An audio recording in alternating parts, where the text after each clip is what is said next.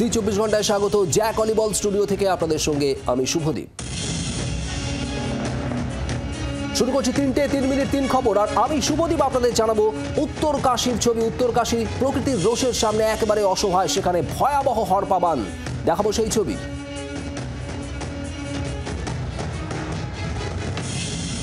Newsroom থেকে শুক্লা রয়েছে আপনাদের সঙ্গে এবং আমি দেখাবো বিহারের ছবি। একদিকে যখন উত্তরাখণ্ড আর অন্যদিকে বিহারের বিস্তীর্ণ অংশ জলমগ্ন হয়ে রয়েছে, সেই ভয়ঙ্কর ছবি দেখাবো। আর আমি সৈকত আপনাদেরকে দেখাবো একেবারে জলমগ্ন বিভিন্ন এলাকা এবং সেই জলের কারণে স্থানীয় মানুষদের নানান রকম অসুবিধা, সেই ছবি দেখাবো আপনাদের।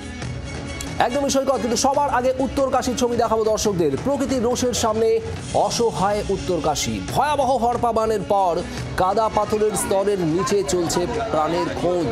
এখনো পর্যন্ত 190 জনকে উদ্ধার করা সম্ভব হয়েছে। 6 জনের মৃত্যু, 50 জন এখনো পর্যন্ত নিখোঁজ।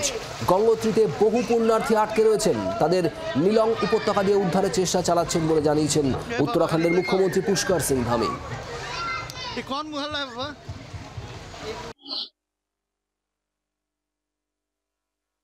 गंगनानी से आगे मैं 4 किलोमीटर आगे हूँ, जो पुल टूटा है, जो लगातार जी मीडिया आपको दिखा रहा है। अब सबसे बड़ी दिक्कत और सबसे बड़ी चुनौती यही है कि इस पार कैसे आया जाए। सामने देखिए, उस पार से एक व्यक्ति हैं जो इस तरफ आना चाहते हैं, लेकिन वो भी नहीं देख पा रहे हैं कि किस तरह से आना है। यहाँ से एक वैकल्पिक रास्ता हम ढूंढ रहे हैं जाने के लिए, लेकिन नदी का बहाव बहुत है। यहाँ से अगर मैं जाता हूँ, ये पूरा स्लाइडिंग रास्ता है।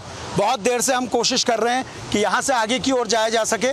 और यहाँ से अगर आप देखेंगे तो कुछ स्थानीय लोग भी कोशिश कर रहे हैं यहाँ से ऊपर की ओर जाकर। मैं बहुत देर से ट्राई कर रहा हूँ कि कैसे यहाँ से ऊपर जाया जाए, लेकिन सबसे बड़ी चुनौती यही है कि अगर यहाँ से मैं ऊपर जाता हूँ तो यहाँ से नीचे उतरना होगा और सामने फिर नदी को पार करना होगा। यहाँ सबसे बड़ी चुनौती यही है कि कोई रोप नहीं है और पुल नहीं है, और उस पार से इस पार और इधर से उधर लोग नहीं जा पा रहे हैं। यहाँ जहाँ पर मैं मौजूद हूँ, यहाँ से आगे का रास्ता बहुत ज़्यादा खतरनाक है, बहुत स्लिपरी है, और क्योंकि ये स्लाइडिंग जोन है, यहाँ से सबसे ज़्यादा दिक्कतें हैं, यही परेशानी है। हम कोशिश यही कर रहे हैं कि इस पानी को पार करते हुए यहाँ से आगे जाएं और दूसरी ओर पहुँच पाएं, लेकिन चुनौती यही है कि ये इतना आसान नहीं है, क्योंकि जिस जगह पे मैं मौजूद हूँ ये पूरा स्लिपिंग जोन है और यहाँ से पार जाना मुश्किल हो रहा है। इस नदी को पार करना बड़ा मुश्किल है, बहुत खौफनाक ये मंज़र है। पानी बहुत ज़्यादा है, गहराई बहुत ज़्यादा है, और इस पानी को यहाँ से पार करना बिना पुल के एक बहुत बड़ी चुनौती है। हमारी कोशिश ये है कि इससे आगे की ओर जाया जाए और जो तमाम लोग अलग अलग जगह में रह रहे हैं उनके हालात को दिखाया जा सके, लेकिन ये इतना आसान अभी नहीं है, क्योंकि यहाँ बिना किसी सपोर्ट के नदी को पार नहीं किया जा सकता है। 2 लोग लगातार उस तरफ से कोशिश कर रहे हैं, लेकिन ये मुश्किल हो रहा है। कैमरा पर्सन संदीप बडौला के साथ सुरेंद्र डसीला, जी मीडिया, गंगा। ऊपर से मलबा आया बहुत तगड़ा, जिसमें 30 से 40-50 तक मतलब होटलें बह गए, और आपका 200-250 से ज़्यादा लोगों का हताहत होने का भी खबर है, और कुछ लोग का भी लाश मिला है यहाँ पर। हाँ जी, मुखबा गांव के जो लोग थे साहब, हम लोग यहाँ पर हमने सिटी मारी, और जो मार्केट में थे, जो गांव में थे, घरों में थे, वो जो है मतलब वहाँ से भागे साहब। और कुछ लोग ऐसे थे जो मतलब वहाँ से मतलब भाग नहीं पाए, मतलब इतना समय नहीं मिला, सेकंडों के अंदर जो है मतलब ये दुकानों में जो है पानी घुस गया था। कुचला वहाँ पे बहुत बच्चा मरा, हमारा बहुत ही नुकसान हुआ हमारा। हमने कभी नहीं देखा बाढ़ आते हुए।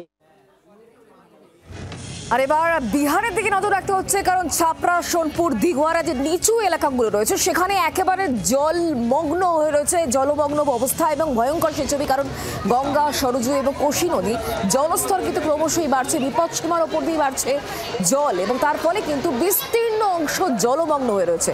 বিহারের ছবি দেখতে পাচ্ছেন এই মুহূর্তে, বিস্তীর্ণ এলাকা জলমগ্ন, একাধিক নদীর জল বিপদসীমার ওপর দিয়ে বইছে, তার মধ্যে গঙ্গা রয়েছে, সরজু রয়েছে।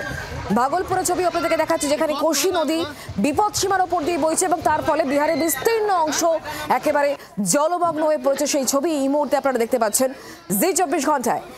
একদিকে উত্তরাখণ্ড আর অন্যদিকে বিহারের ছবিও এই মুহূর্তে আপনাদেরকে আমরা দেখাচ্ছি, যেখানে বিস্তীর্ণ অংশ জলমগ্ন হয়ে পড়েছে। দেখতে পাচ্ছেন সেই ছবি।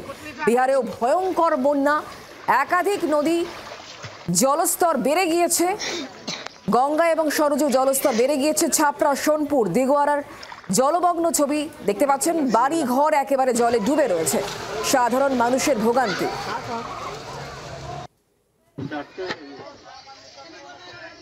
भागलपुर जिले में गंगा के साथ साथ कोसी नदी भी उफान पर है। भागलपुर के नगोछिया की बात करें तो यहाँ पर कोसी नदी 60 से 75 सेंटीमीटर ऊपर बह रही है खतरे के निशान से। और जो इलाका हर वर्ष जलमग्न होता है वो मदरौनी और सधुआ चापर इलाका है। मदरौनी गांव में इस वक्त मौजूद है। आप हमारे सामने देख सकते हैं किस तरह पानी में हम खड़े हैं और कितना दूर तक पानी है। और इस तरह भी आप देख सकते हैं वो जो महिला आ रही है, पूरे पानी ही पानी है, पूरा गाँव जलमग्न हो चुका है। कई घर जो है डूब चुके हैं। लोग रेलवे किनारे जो है शरण लेने जा रहे हैं। आप तस्वीर में देखेंगे तो वो पूरी जो महिला आ रही है, कितना पानी है आप अंदाजा लगा सकते हैं। घर में इतना पानी थे, चौकी पर ठहरा रही है। चौकी पर ठहरा रही, चौकी पर खाना बना ले जा चलेनी पर। घर में पानी है, चौकी पर खाना बनाता है और क्या है, अब रेलवे जाता है हर साल ये साले ये है। सरकार को क्या है, नहीं रिलीफ देता है, कुछ नहीं देता है। पूरा पानी में आप वहाँ से भींग डूब कर आ रहे थे, क्या स्थिति है? घर में पानी आता? पानी घर में है। पानी सामान लेकर कहाँ जा रहे थे? लेनी पर जा रहा है, चौकी पर खाना बना है। चौकी पर जरूरत है बांध को दुरुस्त किया जाए, उसके बाद ये स्थिति नहीं होगी। और फिर से जो है एक बार कोसी नदी उफान पर आया है और यहाँ पर मदरौनी समेत कई गांव इलाके के जो है जलमग्न हुए हैं। लगातार कोसी नदी के जलस्तर में बढ़ने का ही अनुमान जताया गया है। अश्विनी कुमार, जी मीडिया, भागलपुर। গঙ্গায় ভাঙন আতঙ্ক। নদী তীরবর্তী এলাকায় বাসিন্দাদের ঘর বাড়ি জমির গঙ্গার ভয়াল গ্রাসে ইতিমধ্যেই চলে যাচ্ছে। বিপন্ন মালদার মানিকচক, রতুয়া, কালিয়াচক ৩ নম্বর এলাকার নদী তীরের কয়েকটি গ্রামের বাসিন্দা। ভাঙন আতঙ্কে শেষ সম্বলটুকু বাঁচিয়ে অন্যত্র সরে যাচ্ছেন বাসিন্দারা। মালদার মানিকচক ব্লকের গোপালপুর এলাকায় গত কয়েক বছর ব্যাপক হারে গঙ্গার ভাঙন দেখা গিয়েছিল। এবছরও শুরু হয়েছে ভাঙন, ফলে দিশেহারা এলাকার মানুষজন। এছাড়াও নতুন করে মালদার মানিকচকের কালটনটোলা এবং পশ্চিম রতনপুর সহ মানিকচক ঘাটে ভাঙন শুরু হয়েছে। ফলে বাঁধের ওপর ৮০০ পরিবার আশ্রয় নিয়েছে। গৃহহীনদের অভিযোগ, বর্ষার শুরুতে ভাঙন প্রতিরোধের কাজ হয়, কেবল বালির বস্তা ফেলে গঙ্গার নদীতে এই মুহূর্তে বয়ে যাওয়া ৪০ লক্ষ কিউসেক জল আটকানো সম্ভব নয়। কি বলছেন স্থানীয়রা শোনাবো আপনাদের। নদী কেটে গেছে তো আমরা বাঁধের উপরে আছি। আমরা বাড়ি চাই, জায়গা চাই, রাস্তা চাই। আমরা এখান থেকে পালিয়ে গেছি, আমাদের তো বাড়ি নাই, আমাদের তো জায়গা নাই, তো আমরা অন্যজনের বাড়িতে থাকছি। অন্যজনের বাড়িতে কতদিন থাকবো? একটা প্রথমে রিং বাঁধ ছিল, ওই বাঁধটা গঙ্গাতে পড়ে যাওয়ায় এখন বেশ কিছু পরিবার অসংরক্ষিত অবস্থায় রয়েছে। কত পরিবার? ঈশ্বরতলা, কামালটিপুর মিলিয়ে প্রায় ৪ থেকে ৫০০ পরিবার বা ৬০০ কাছাকাছি পরিবার হবে এখন বাঁধের বাইরে রয়েছে। কিন্তু এখন আমরা গঙ্গা ভাঙনের কাজ চলছে, যদি ওটা রক্ষা পাই তাহলে এখানে রিং বাঁধের ব্যবস্থা আগামী দিনে করা হবে। বৃষ্টিতে গঙ্গার জলস্তর বাড়ছে আর সে কারণে গঙ্গার জল ঢুকে পড়ছে বিভিন্ন এলাকায়। রতুয়া, মানিকচক, কালিয়াচক সহ বিভিন্ন এলাকায় ইতিমধ্যেই জলমগ্ন পরিস্থিতি। আর এ নিয়ে রাজনৈতিক চাপানুতর শুরু হয়েছে। কি বলা হচ্ছে তৃণমূল এবং বিজেপির তরফে শোনাবো। গঙ্গা ভাঙনের কাজ যদি রাজ্য সরকারের ইরিগেশন ডিপার্টমেন্ট করতে না পারে, তাহলে সেটা রাজ্য সরকার কেন্দ্রীয় সরকারকে লিখিতভাবে দিয়ে দিক।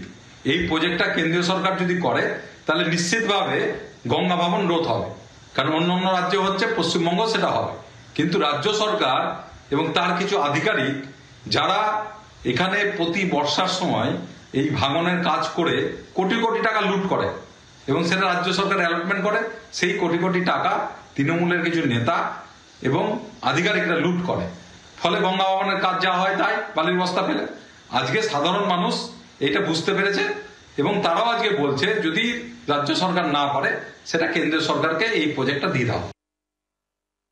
এই গঙ্গা নদীর ভাঙন রোধে আমাদের দায়িত্ব পশ্চিমবঙ্গ সরকারের তরফ থেকে কেন্দ্রীয় সরকারকে যাতে ধরে তার হস্তক্ষেপ করার জন্য যা কিছু পদক্ষেপ গ্রহণ করার জন্য আমাদের মাননীয় সিএম এবং মাননীয় সেচ মন্ত্রীকে আমরা আবেদন করছি যাতে এই বিশাল গঙ্গা নদীর ভাঙন কেন্দ্রীয় সরকার দায়িত্ব গ্রহণ করে। আর এবার যে খবর আপনাদের জানাবো, ভারতীয় পণ্যে 50% মার্কিন শুল্ক, মোদী সরকারকে বিঁধলেন অভিষেক বন্দ্যোপাধ্যায়। যাদের ছবি রয়েছে ডোনাল্ড ট্রাম্পের সঙ্গে তাদের জবাব দেওয়া উচিত।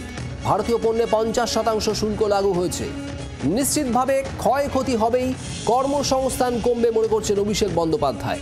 এটা আমাদের কূটনৈতিক ব্যর্থতা বললেন অভিষেক। যে সরকার 56 ইঞ্চির ছাতির কথা বলতো তাদের বুড়ো আঙুল দেখাচ্ছে চীন আমেরিকা। ট্রাম্পের হয়ে টেক্সাসে প্রচার করেছিলেন নরেন্দ্র মোদী, তো তৃণমূলের সেকেন্ড ইন কমান্ডে। আর এখানেই আজ এই 50% শুল্ক নিয়েই একেবারে ছত্রে ছত্রে আক্রমণ সানিয়েছেন দিল্লি উড়ে যাওয়ার আগে অভিষেক বন্দ্যোপাধ্যায়। ডোনাল্ড ট্রাম্পের হয়ে প্রচার কে করেছিল, একেবারে সরাসরি প্রশ্ন। নাম না করে বিজেপি নেতৃত্ব, প্রধানমন্ত্রী নরেন্দ্র মোদীর কথা উল্লেখ, এবং এখানেই টেক্সাসে গিয়ে প্রধানমন্ত্রী নরেন্দ্র মোদী ট্রাম্পের হয়ে প্রচার করেছিলেন সে কথা উল্লেখ করেন অভিষেক বন্দ্যোপাধ্যায়।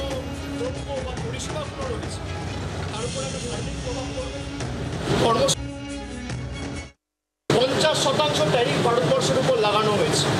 নিশ্চিতভাবে এর একটা ক্ষয়ক্ষতি তো পড়বেই, রপ্তানিতে প্রভাব পড়বে, বিশেষ করে 3টে সেক্টরে, আইটি, ফার্মাসিউটিক্যাল, টেক্সটাইল সংক্রান্ত যে পণ্য, দ্রব্য বা পরিষেবাগুলো রয়েছে তার উপর একটা সার্বিক প্রভাব পড়বে, কর্মসংস্থান কমবে, ভারতের অর্থনৈতিক প্রভাব তো এর উপর পড়বেই।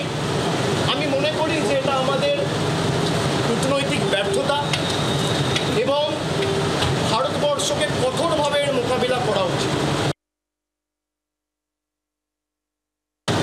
People who have campaigned for Donald Trump, and Donald Trump also came and reciprocated the same, and the Honorable Prime Minister, he also himself went and campaigned for the then US President Mr. Donald Trump in 22nd of September in 2019 in Texas. So someone who campaigned for Donald Trump will be in an ideal position and situation and far more apprised and will be able to answer with clarity that what led Mr. Donald Trump and the US government impose a 50% tariff on India. The onus is on him. The onus is on the incumbent NDA and BJP government, not Trinamool Congress. ভারতীয় পণ্যে 50% মার্কিন শুল্ক, আমদানি শুল্ক লাগু হওয়ার পর কতটা ক্ষতি হবে ভারতীয় অর্থনীতির, কতটা ক্ষতি হবে ভারতের রপ্তানিতে, তা নিয়ে যখন আলোচনা চর্চা তীব্র, সেখানে অভিষেক বন্দ্যোপাধ্যায় বলছেন অর্থনীতিতে নিশ্চিতভাবে ক্ষতি হবে, প্রভাব পড়বে এবং কর্মসংস্থানেও আঘাত আসবে। আর এখানে কি বলছেন বিজেপি সাংসদ, বিজেপি রাজ্য সভাপতি শ্রমিক ভট্টাচার্য, শোনাবো। আরে মোদি বিরোধিতা করতে করতে দেশ বিরোধিতা শুরু করে দিলেন। সারা পৃথিবীর মানুষ অবাক বিস্ময়ে তাকিয়ে দেখছেন যে কোভিড উত্তরকালে 80 কোটি মানুষকে বিনা পয়সায় রেশন দেওয়ার পরেও, ভ্যাকসিনের ব্যবস্থা করার পরেও, 80টা দেশের কাছে ওষুধ পৌঁছানোর পরেও কোনো জনহিতকর প্রকল্পকে না বন্ধ করে একটা দেশ নিজের জিডিপিকে এই জায়গায় সর্বোচ্চ অবস্থানে কি করে ধরে রাখতে পারে, এটা পৃথিবীর কাছে একটা বিস্ময়। সারা পৃথিবীর মানুষ অবাক বিস্ময়ে মাথা নত করছে নরেন্দ্র মোদীর কাছে। পশ্চিমবঙ্গের অর্থনীতিকে খাদের কিনারে দাঁড় করিয়েছেন, তারা এই সমস্ত বক্তব্য রাখছেন। এর কোনো গ্রহণযোগ্যতা ভারতবর্ষ তো অনেক দূরের কথা, পশ্চিমবঙ্গের কোনো গ্রামেও কোনো মানুষের কাছে নেই। বাংলার আওয়াজ, বাঙালির আবেগ, জি 24 ঘন্টা।